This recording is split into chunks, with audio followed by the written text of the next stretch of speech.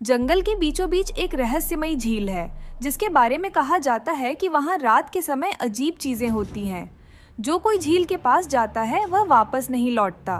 मंटू बंदर अपनी बहादुरी और जिज्ञासा के लिए मशहूर इस झील के रहस्य को सुलझाने का फैसला करता है। मंटू रात के समय जंगल में झील की ओर बढ़ता है। रास्ते में उसे अजीब अजीब आवाजें सुनाई देती हैं। झील के पास पहुंचते ही माहौल ठंडा और डरावना हो जाता है।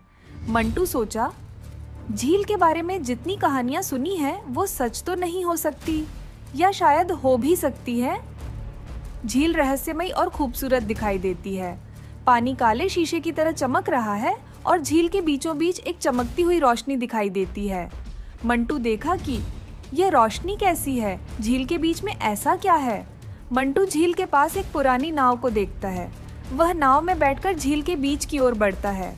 जैसे ही वह बीच में पहुंचता है, नाव अचानक हिलने लगती है। पानी में परछाइयां दिखने लगती हैं। मंटू सोचा, यह पानी इतना शांत क्यों नहीं है? क्या यह मेरी कल्पना है या कोई मुझे देख रहा है? झील के बीच में एक प्राचीन पत्थर की वेदी है। उस पर एक पुरानी किताब रखी होती है। जैसे ही मंटू किताब को छूता है, झील के पानी से भूत प्रकट होते हैं। भूत गुस्से से बोला, तुमने हमारी नींद तोड़ी है, अब इस झील का शाप तुम्हारे ऊपर होगा। मंटू ने कहा, मैं सिर्फ सच जानने आया हूँ, मैं तुम्हें नुकसान नहीं पहुँचाना चाहता। मंटू डरने के बजाय भूतों से बात करता है। भूत बताते हैं कि झील को शापित किया गया था और जो कोई इस किताब को सही मंत्र के साथ पढ़ेगा वह उन्हें मुक्त कर सकता है। भूत बोला, अगर तुम हमारी मदद करोगे तो झील फिर से सामान्य हो जाएगी। मंटू ने कहा, ठीक है, मैं कोशिश करूंगा, मुझे मंत्र बताओ। मंटू किताब में लिखा मंत्र पढ़ता है। जैसे ही वह मंत्र पूरा करता है, झील का पानी चमकने लगता है और भूत शांतिपूर्वक गायब हो जाते हैं। मंटू ने कहा, यह लो, अब तुम सब आज़ाद हो।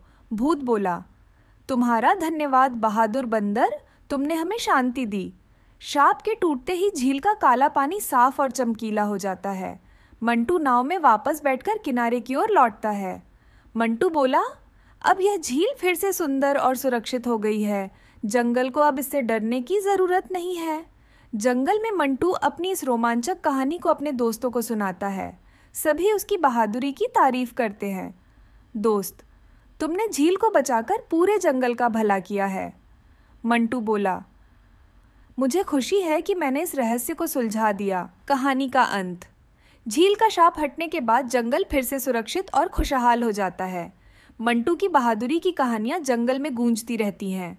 मंटू की बहादुरी के लिए लाइक या सब्सक्राइब करना दोस्तों।